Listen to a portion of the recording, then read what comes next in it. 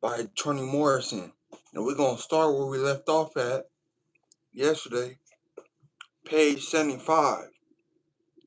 There was no answer, but a sound of feet. Mr. Henry shuffled part of the way down the stairs. One thick, hairless leg leaned out of his bathrobe. Hello there, Greta Garbo. Hello, Ginger Rogers. We gave him the giggle he was accustomed to. Hello, Mr. Henry. Where's Mama? She went to your grandma's. Left word for you to cut off the turnips and eat some graham crackers till she got back. They in the kitchen. We sat in silence at the kitchen table, crumbling the crackers into eggshells.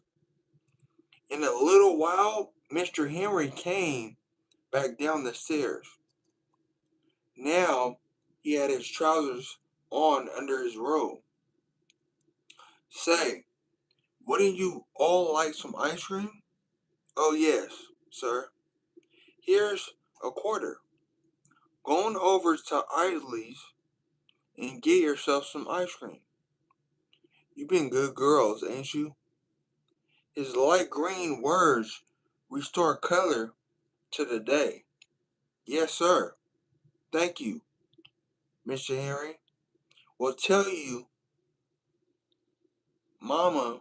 Will you tell Mama for us if she comes? Sure, but she ain't due back for a spell.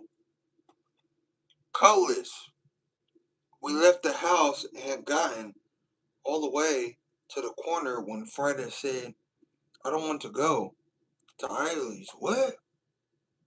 I don't want ice cream. I want potato chips. They got potato chips at Isley's. I know, but why go all that long way? Miss Bertha got some potato chips, but I want ice cream. No, you don't, Claudia. I do too. Well, you go on to Isley's. I'm going to Miss Bertha's, but you got the quarter, and I don't want to go all the way up there by myself. Then let's go to Miss Bertha's. You like her candy, don't you? It's always stale, and she always runs out of stuff. Today is Friday. She orders fresh on Friday. And then that crazy old subhead church lives there. So what? We're together. We'll run if he does anything at us. He scares me. Well, I don't want to go up to Isley's. Suppose Marigine Pie is hanging around. You don't want to run into her, Claudia. Come on, Frida. I'll get candy. Miss Bertha had a small candy, snuff, and tobacco store.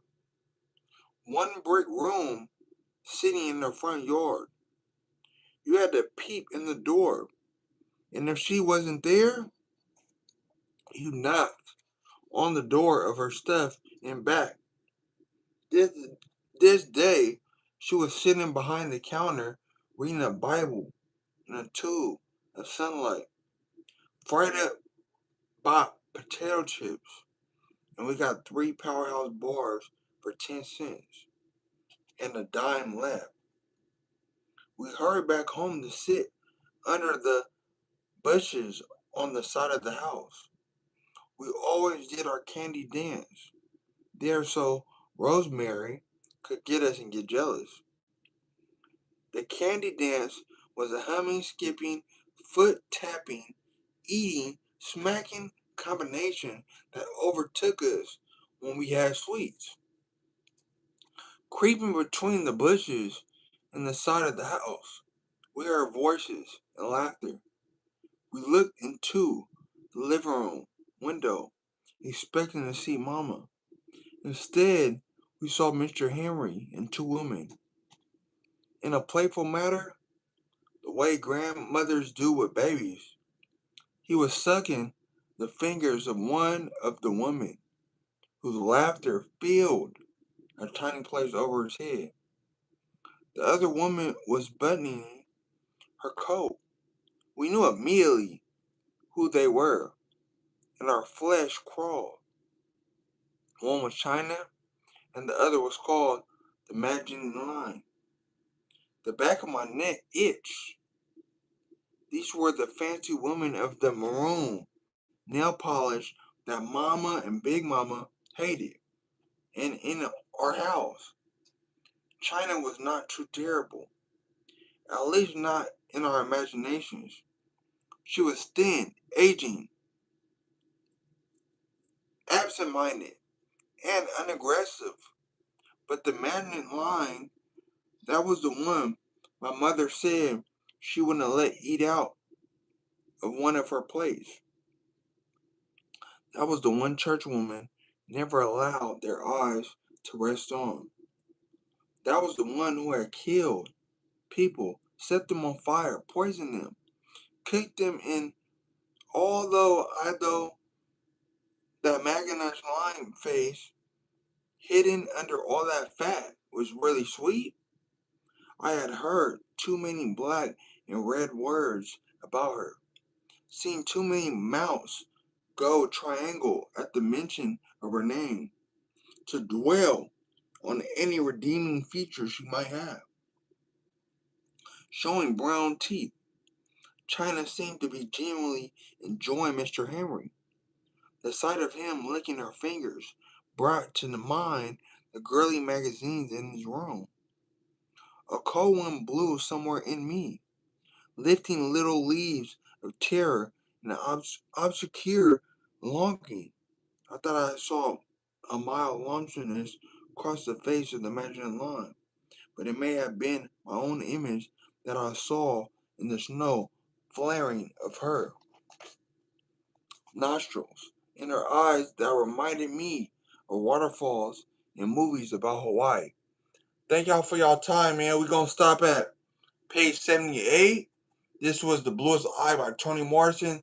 And the reason why I read is to get you, if you're not reading, is real impactful and to get y'all started, to motivate y'all to go page by page till you start reading 10 pages to a chapter a day and keep going. So yeah, keep thriving. Enjoy your Sunday. Happy Easter.